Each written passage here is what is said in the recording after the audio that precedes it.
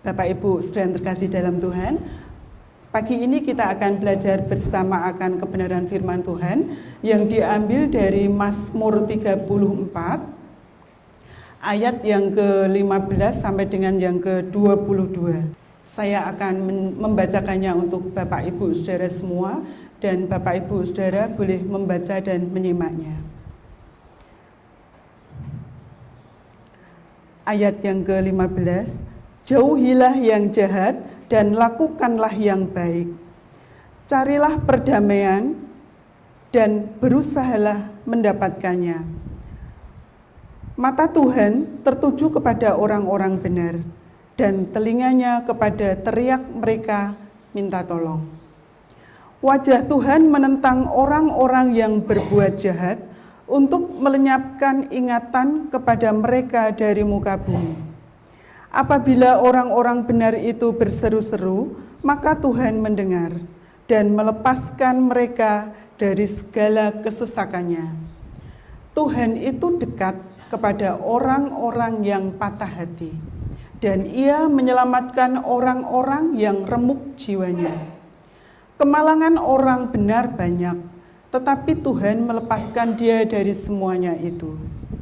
Ia melindungi segala tulangnya, tidak satu pun yang patah. Kemalangan akan mematikan orang fasik, dan siapa yang membenci orang benar akan menanggung hukuman. Amin. Shalom Bapak Ibu saudara kasih dalam Tuhan. Bagaimana kabarnya pagi hari ini? Luar biasa nggih. Kita masih diberikan kekuatan, kesehatan sehingga sampai di tempat ini, itu semua karena anugerah Tuhan. Dan kita akan mempergunakan saat yang baik ini untuk kita bersama belajar akan firman Tuhan. Karena dari situlah kita akan mengerti apa yang dimau Tuhan ya di dalam hidup kita. Di pagi hari ini kita akan belajar dengan satu tema, berusahalah hidup benar. Bapak Ibu saudara yang terkasih dalam Tuhan, kalau berusahalah hidup benar, tentunya dalam hati kita akan timbul suatu pertanyaan. Apakah selama ini kita sudah hidup benar? Waktu Tuhan yang diberikan kepada kita, mungkin dari Bapak Ibu saudara menjadi orang Kristen, ada yang sejak lahir karena dari orang tua. Mungkin ada karena dipanggil Tuhan saat waktu tertentu. Tapi kita tidak mempermasalahkan kapan kita mulai mengikut Tuhan. Tapi kita akan belajar. Apakah selama ini kita sudah hidup benar? Dan kalau tema tadi berusahalah hidup benar, berarti ada hidup yang tidak benar ya Bapak Ibu. Kita akan belajar hidup benar. Apa itu Bapak Ibu hidup benar? Di sini ada kata-kata juga berusahalah. Berusahalah itu kita mengupayakan untuk melakukan suatu tujuan. Hidup benar. Kalau orang benar itu kita dapatkan karena itu anugerah dari Tuhan. Kita dipilih Tuhan, kita umat Tuhan. Tapi kalau hidup benar, kita harus mengupayakannya Bapak Ibu. Kita harus mengusahakannya hidup benar. Hidup benar itu hidup sesuai dengan kehendak Tuhan. Hidup apa yang Tuhan mau dalam kehidupan kita. Hidup menyenangkan hati Tuhan. Intinya, hidup benar itu hidup takut akan Tuhan. Seperti di dalam ayat sebelumnya itu di ayat 12. Takut akan Tuhan akan kuajarkan kepadamu. Di sini intinya Bapak Ibu. Jadi kalau berusahalah hidup benar, itu upaya dari kita manusia untuk melakukan kehendak Tuhan. Untuk menyenangkan hati Tuhan. dan hidup takut senantiasa akan Tuhan. Di sini takut akan Tuhan itu bukan berarti kita mengkhawatirkan segala sesuatu atau kita kita takut terhadap segala sesuatu, itu bukan seperti kalau Sam itu takut sama kecoa, coro, dia takut saudara, bukan itu maksudnya. Tapi kalau hidup takut akan Tuhan itu kita menaruh rasa hormat kepada Tuhan, dapat memandang Tuhan dengan kekaguman, menghormatinya sebagai Allah yang penuh dengan kemuliaan, keagungan, dan kuasanya yang besar. Itu takut akan Tuhan, Bapak Ibu. Dan di dalam nas yang kita baca ini tadi, latar belakangnya itu berasal dari, kita tahu kalau Mazmur ini yang menulis adalah Raja Daud. Dan di dalam nats yang kita baca ini, latar belakangnya yaitu berasal dari di mana Daud yang adalah orang benar, ya Bapak Ibu. Daud itu orang pilihan Tuhan, orang yang diurapi Tuhan. Daud ini melarikan diri dari pengejaran Saul. Kenapa kok sampai dikejar Saul, Bapak Ibu? Karena Daud ini mau dibunuh Saul. Saul merasa iri kepada Daud karena Daud berhasil membunuh Goliat. Saul merasa iri karena semua orang mengeluh-elukan Daud. Padahal dahulunya Saul itu adalah raja yang diurapi Tuhan, orang pilihan Tuhan. Tapi karena Saul sudah mulai hatinya itu bengkok, jadi Tuhan mulai meninggalkan Saul, Bapak Ibu. Dan di sini Daud melarikan diri dari Israel sampai dengan ke kota yang namanya Gad. Di mana di kota Gad ini Daud bertemu dengan Abimelek. Kota Gad ini merupakan daerah orang Filistin, dan Filistin ini merupakan kota kelahiran dari Goliat, orang yang berhasil dibunuh oleh Daud. Karena Daud sudah terkenal, menjadi orang terkenal di mana berhasil membunuh dari Goliat. Jadi dimanapun dia berada, dia dikenal orang, ya Bapak Ibu. Di daerah Gad itu pun orang-orang di sekitar situ mengenal Daud. Oh, ini orang yang sudah berhasil membunuh Goliat. Jadi walaupun dia jauh dari Saul, dia tetap merasa terancam. Akhirnya waktu bertemu dengan Abimelek, dia pura-pura hilang ingatan, Bapak Ibu, untuk menyelamatkan diri.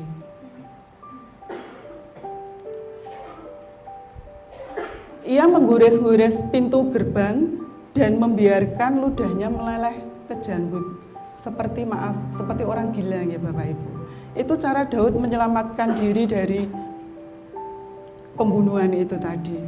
Dan akhirnya setelah bertemu dengan Abimelek dan diusir dari situ, Daud melanjutkan perjalanannya sampai ke Gua Abu Dalam dan sebagainya.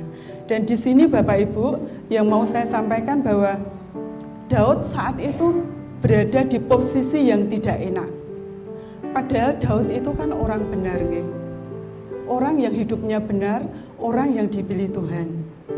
Tetapi Tuhan mengizinkan sesuatu yang tidak enak itu terjadi di dalam hidup Daud. Tetapi walaupun dalam posisi yang tidak enak, dia tetap mengucap syukur, Bapak Ibu. Dia tetap merasakan kebaikan Tuhan.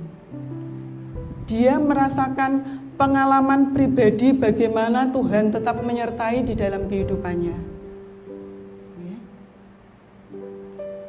Dia merasakan pengalaman hidup secara pribadi dengan Tuhan. Tidak dari perkataan orang lain, tetapi dia merasakannya sendiri. bahwa Tuhan itu memang sangat baik. Bapak Ibu yang terkasih di dalam Tuhan, saat ini pun kita merasakannya. Kita hidup di tengah masyarakat yang beraneka macam. Berbagai macam perilaku yang ada di sekitar kita, baik di masyarakat maupun di tempat kerja kita mungkin. Bermacam-macam perilaku orang.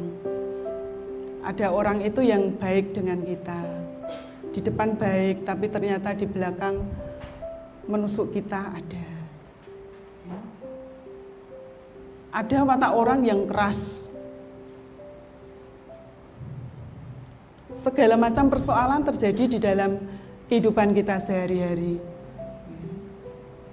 Ada ketidakadilan, ada keserakahan, ada KDRT, ada orang yang mengutamakan egonya dulu yang didulukan. Tetapi bagaimana kita, orang pilihan Tuhan, orang yang sudah dipilih Tuhan, yang berusaha untuk hidup benar, mampu bertahan di dalam kondisi yang keadaan masyarakat di sekitar kita mungkin tidak benar. Dengan keteladanan Daud tadi menunjukkan bahwa Tuhan itu akan senantiasa menyertai orang benar, Bapak Ibu. Di sini kita akan belajar bagaimana penyertaan Tuhan dalam kehidupan orang yang senantiasa berusaha hidup benar. Kita akan belajar dari yang pertama, yaitu dari ayat yang ke-16, Bapak Ibu.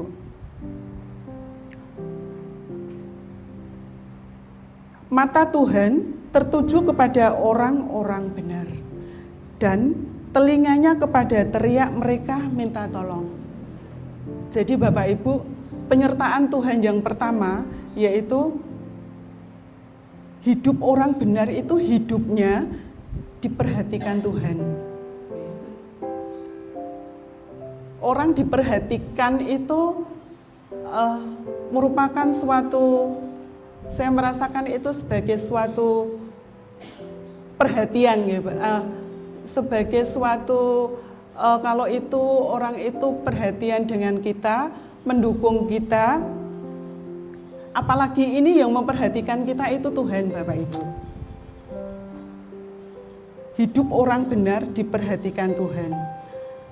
Di sini mata Tuhan tertuju kepada orang-orang benar. Kalau kita melihat tertuju pada satu fokus, pada satu arah, kita mesti melihat, mengawasi, dan tidak ada yang lepas dari penglihatan kita ya Bapak Ibu. Itu perhatian. Begitu juga dengan Allah kita Bapak Ibu. Tentunya Tuhan itu sudah merencanakan, memberikan sesuatu itu mesti yang terbaik buat kita nggih. Amin nggih Bapak Ibu. Kita mengamini itu bahwa Tuhan memberikan yang terbaik buat kita. Tapi terkadang kita itu menerimanya itu bukan yang saya minta Tuhan. Saya minta A kok dikasih B. Tapi Tuhan memandang itu baik untuk kita. Sekarang bagaimana tergantung respon dari kita Bapak Ibu. Seperti gini, kita sebagai orang tua tentunya memikirkan, menghendaki yang kita lakukan itu yang terbaik untuk keluarga kita, untuk anak-anak kita. Seperti PA waktu di rumah Mbak Yatin kemarin, kita mesti memikirkan sesuatu yang mendatangkan kebaikan untuk anak kita, apapun itu pasti akan kita lakukan, gitu ya Bapak Ibu. Dan ini pun mungkin dilakukan oleh ibu-ibu yang lain, tidak hanya saya. Misalnya saat pagi hari ya Bapak Ibu, ibu-ibu biasanya itu bangun lebih pagi dari anggota rumah yang lain. karena ibu-ibu mesti mempersiapkan segala sesuatu, apalagi yang masih mempunyai anak-anak yang masih di bangku sekolah. Ibu mesti menghendaki supaya anaknya nanti itu berangkat sekolah, dia tidak terlambat. Apa yang dia butuhkan sudah dia sediakan di tas untuk dibawa. Mestinya kan gitu ya Bapak Ibu. Jadi ibu mesti bangun lebih gasik, mempersiapkan segala sesuatunya. Dan saya kalau pagi itu mesti setiap saya membuka mata saya, mempersiapkan segala sesuatunya. Setelah itu mesti saya membuka mulut saya Bapak Ibu. Mungkin bagi anak-anak saya itu cerewet. Tapi saya punya harapan supaya Sam itu nanti dia ke sekolah itu tidak terlambat. Dia siap dengan apa yang dia butuhkan. Jadi mungkin saya di dapur gitu, suara saya keras, Sam gitu. Dengan tujuan dia itu bangun Bapak Ibu, karena dia itu sulit untuk bangun pagi memang. Maaf ya Sam. Dia itu sulit. Saya mesti sambil apa gitu mempersiapkan, Sam gitu. 10 menit kemudian, Sam gitu. Dengan tujuan orang tua kan baik ya Bapak Ibu, supaya dia siap. Apalagi kalau saya jaga pagi, selain saya mempersiapkan untuk kebutuhan keluarga, saya juga harus mempersiapkan diri untuk saya bekerja. Tapi ternyata apa Bapak Ibu, yang kita pandang baik untuk anak kita, belum tentu dia pandang baik untuk dirinya. Pernah suatu saat, pas ngomong-ngomong gitu, saya tanya, apa yang paling tidak disukai di rumah ini? Saya tanya ke Sam. Dengan polosnya dia bilang apa Bapak Ibu? Nek esok-esok wonten suarane ibu, Sam, niku aku paling mboten seneng. Gitu Ibu, Bapak Ibu. Ternyata begitu juga dengan Tuhan kita. Apa yang Tuhan pandang baik untuk dilakukan untuk anaknya, belum tentu kita menerima itu sebagai suatu kebaikan. Kadang kita protes, loh seperti ini kok terjadi dengan saya Tuhan, kenapa? Padahal saya kan sudah melakukan firman Tuhan, saya aktif di gereja, kenapa Tuhan izinkan mungkin suatu permasalahan terjadi di dalam kehidupan keluarga kita? Tapi tentu Tuhan punya maksud Bapak Ibu, itu yang pertama. Tetapi Tuhan tidak membiarkan kita, Tuhan tetap memperhatikan kita. Tuhan memberikan yang terbaik untuk kita. Itu yang kita pelajari dari poin yang pertama Bapak Ibu. Yang kedua, penyertaan Tuhan untuk orang yang berusaha hidup benar itu apa? Yang kedua yaitu dari ayat yang ke-18. Saya akan membacakannya. Apabila orang-orang benar itu berseru-seru, maka Tuhan mendengar dan melepaskan mereka dari segala kesesakan. Bapak Ibu, di poin kedua ini kita belajar bahwa Tuhan itu mendengar doa kita. Dan tidak hanya mendengar Bapak Ibu, Tuhan akan peduli terhadap keadaan kita. Artinya gini, Tuhan tidak hanya mendengar doa kita, tetapi Tuhan memberikan solusi untuk apa yang sedang kita pergumulkan saat itu. Daud yang orang benar saja mengalami suatu pergumulan yang berat, yang luar biasa, yaitu mau dibunuh Saul. Ini suatu keadaan yang sangat tidak mengenakan Bapak Ibu. Orang mau dibunuh oleh penguasa negeri. Musuhnya orang besar ya Bapak Ibu. Tetapi Daud di sini mempercayakan semuanya itu kepada Tuhan.